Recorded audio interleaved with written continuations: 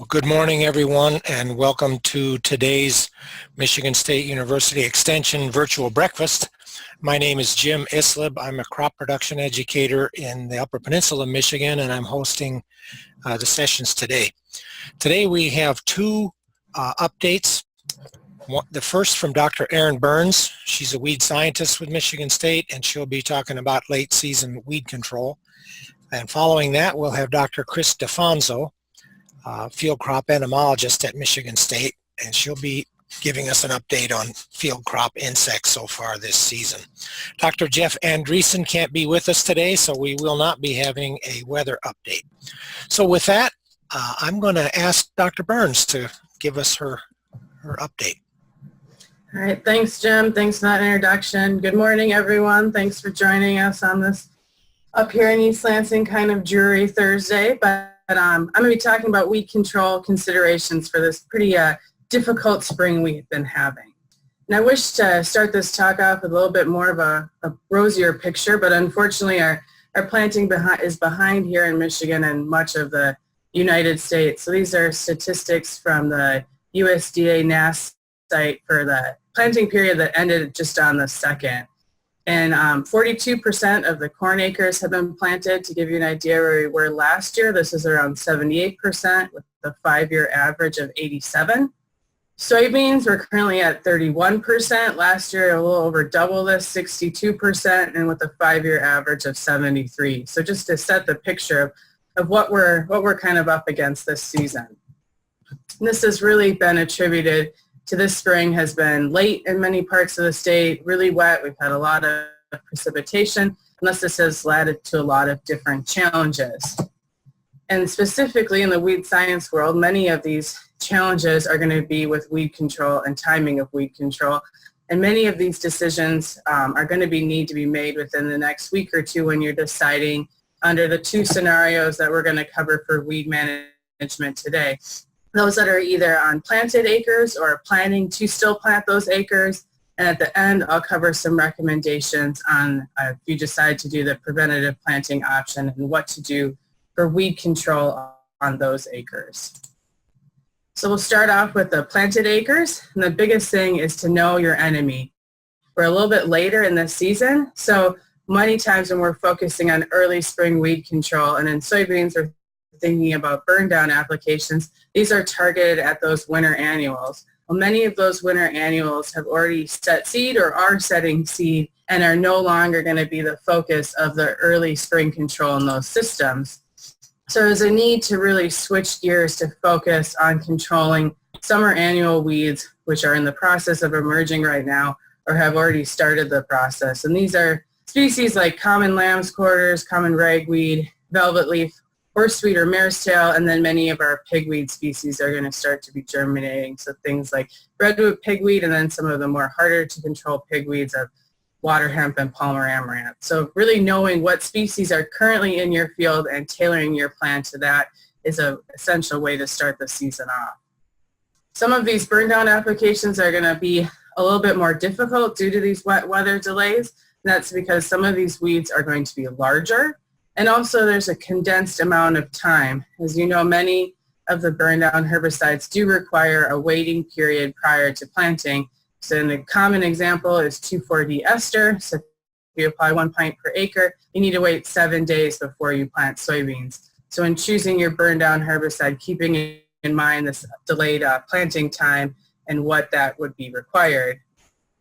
Our weed guide has a large table in it that it's table 2P, so it's weed management and no-till soybeans. Dr. Christy Sprague has put this together, and it has a number of different burn down options, and along with the planting restrictions, the length of control you can expect, and then also that maximum weed height. So keeping those three things in mind when picking out your early season burn down options on those acres that haven't been planted yet. And also there are a number of fact sheets on our website. It's just msuweeds.com, and this will outline specific burn down options for more harder to control weeds such as horseweed or mare's tail. Switching gears a bit to corn, we have a lot more flexibility in corn in our herbicide choices and timings. And that's because there's a category of herbicides that we typically apply pre-emerge and they're residual herbicides, and you have the ability to apply these herbicides early post-emergence at various corn growth stages. And this is also in the weed guide on table 1H. And this applies to two scenarios. The first scenario is you planted but didn't have time to apply these herbicides before the weather is turned. So now this corn has emerged, and you can still have the ability to use some of these herbicides after that. And the second is that you're in a rush to get all of these acres planted, and that you can still go back and use these herbicides if the corn has emerged. Given that, there is a caveat on that these pre-herbicides do have the best control and are the most consistent at control if they are applied after planting. So if you do still have that option, that would be the way to go. And also, many of these herbicides, if applied pre, can be have different carriers that they can be applied with. But if you're going in early post and the corn has emerged, you cannot mix many of these herbicides with 28% liquid nitrogen, as this will cause crop injury.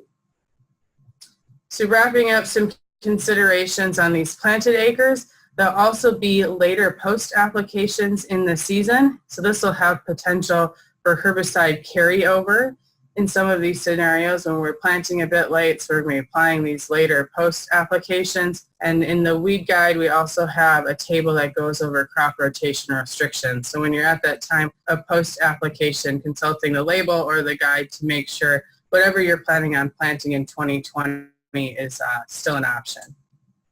And then for those that are planning to switch to soybeans on acres that may have originally been planted or planned to be planted with corn, make sure that if you have applied any herbicides to those acres in preparation for corn, you need to check the label to ensure that you can still plant soybeans. It's a very common herbicide planted to corn acres is atrazine, and this has anywhere from a 10 to 18th month crop rotation restriction to soybeans, depending on the rate, if you're applying a pound or 2 pounds of active ingredient per acre. Now we're going to switch to weed management on the prevented planted acres if you decide to take that route.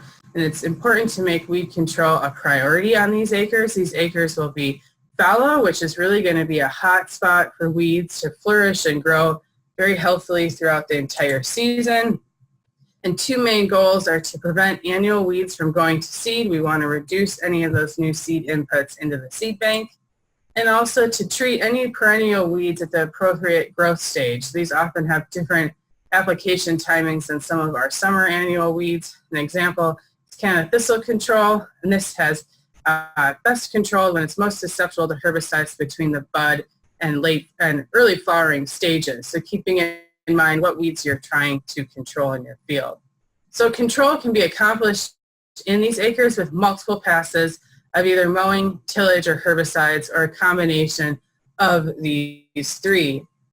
And we recommend that you plan at least 2 passes, and this is given without this crop competition. You can imagine how these weeds are going to get large and big fast, and they also have the opportunity to germinate throughout the season without that competition, and that all of these options are going to cost money. So factoring that into your decisions on preventative planting. There are 2 mechanical options. The first is tillage. This is effective at controlling smaller weeds. Large weeds are often difficult to uproot, so ensuring those weeds are smaller. They are on the larger side. We recommend planting a herbicide pass to control up those, or to get those fields clean, and then planting a second late summer tillage pass once that new flush of smaller weeds are present. The second option is mowing, which isn't as effective as tillage. We'd only recommend this if you're going in fairly late into the season so that any new weed growth would be killed by a frost before those weeds have allowed to set seed. Some general considerations with herbicides is the choice largely depends on what your rotational crop is going to be in 2020. Once again, there's going to be that lack of crop competition. This will also modify the control you expect to see by those herbicides, and then a function of the cost. And then finally, knowing if you have any herbicide-resistant weeds in your field. There are a number of glyphosate or Roundup-resistant weeds present here in Michigan, so knowing if you have those in your field and if you need to add in something something to control those weeds, which we'll go over in a second. There are two categories of herbicides you can apply. First are foliar applied herbicides. We recommend applying these soon, with a second application a little bit later in the summer for weed growth. And some cost-effective options are both glyphosate plus 2,4-D. And then if you do have some of those Roundup-resistant weeds, you could put in gramoxone, which is paraquat, or glufosinate, which is Liberty, that could be substituted in some of these fields. But it's important to note that these weeds need to be small. There are a category of residual herbicides, and we often getting the question if you should apply these and get a little bit longer extended period of control. But unfortunately, many of these are at a higher cost and do not really outweigh the benefit of the control that you might be observing. The final category I'm going to cover very briefly is if you're deciding to plant cover crops for weed management in some of these preventative planting acres. And this was hot off the press. This is a brand new fact sheet put together by many of the MSU e-extension educators, and it's on both the extension website and also the covercrops.msu.edu website. And it goes over cover crops in these preventative planted acres. And the first step is really to review your field inputs. Have you applied any herbicides to that field, as this may limit what you can plant?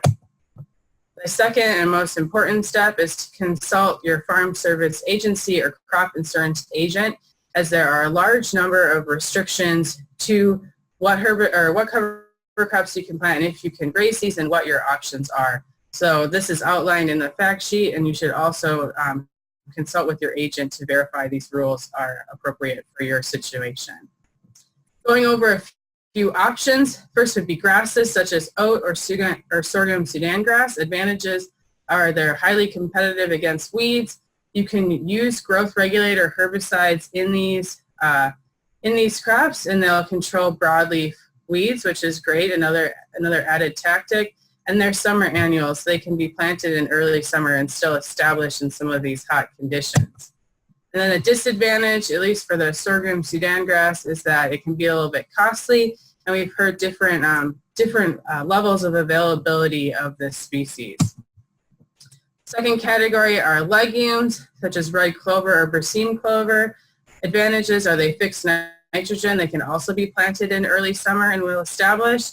And the disadvantage is because they are broadleaf, you can no longer use those growth regulator herbicides such as 2,4-D to control broadleaf weeds in these crops.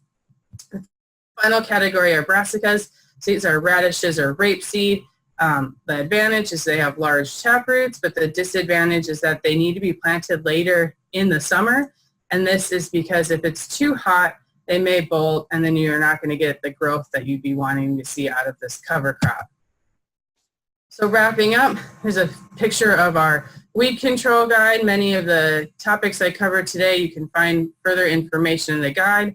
We also have our weed tour, which is going to be at the agronomy farm on June 26th. And you can sign up for this at our website, msuweeds.com. So with that, if there are any questions, I believe I have a minute or two to go over those. This is Chris here. I do have a comment. Another reason to do good weed control in some of these areas that you're not going to plant. We've seen last year in southern Michigan where we have Asiatic garden beetle on these sandy fields, that when you leave weeds there, we think that that's probably very highly attractive to Asiatic garden beetle where they're going to lay eggs. So mare's tail especially, and they like all kinds of weeds. So that's another good reason to do weed control. Great point. Erin, I have a question for you about mare's tail. Some of the mare's tail is probably 8 inches to a foot tall already in this area. And what's the most effective way to control mare's tail right now? Some guys are using glyphosate, which probably does nothing, but Liberty or Metribuzin, what would you recommend? So for mare's tail, that's quite large. That's going to be a difficult one to completely kill. I mean, a lot of the herbicides will set it back a bit. On the Liberty side, you really only want to use Liberty when it's fairly small, so much shorter than 8 inches and getting good coverage. So keeping in mind what you do apply, you're going to have to go and rescout those fields to ensure what you're going to follow up with post we'll get some of that smaller regrowth that you're going to see. Okay, thank you, Erin. We want to point out right now that MSU Agricultural Innovation Day is set for Friday, July 26th. It's going to focus on precision technology, and there are several interesting topics that are going to be presented during that day. I won't read through them, but I want you to keep that calendar date in mind. And also, thank you for attending. And the last thing I'll mention right now is that link for the evaluation. So, Erin, thanks very much.